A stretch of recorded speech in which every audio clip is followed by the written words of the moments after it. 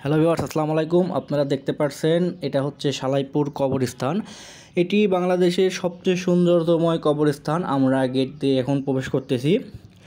এখানে ধনী গরিব উঁচু নিচু কোনো ভেদাভেদ নেই। আপনি এখানে কোনো প্রকার কবর বাঁধা দেখতে পাবেন না, অর্থাৎ আপনি যেটা দেখতে পাচ্ছেন এখানে কোনো প্রকার কবর বাঁধা নেই এবং গোরস্থানের চারদিকে সুন্দর করে রাস্তা বানানো আছে এবং রাত্রের জন্য ল্যাম্প লাইটগুলো দেওয়া আছে। আপনি শুধু কবরের সামনে নেম প্লেটটা দিতে পারবেন।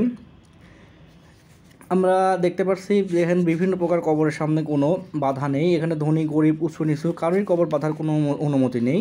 এখানে ৮ গ্রামের লোকের কবর সমাহিত করা হয়, অর্থাৎ প্রায় ২ ইউনিয়নের হাজার হাজার লোকের কবর এখানে সমাহিত করা হয়।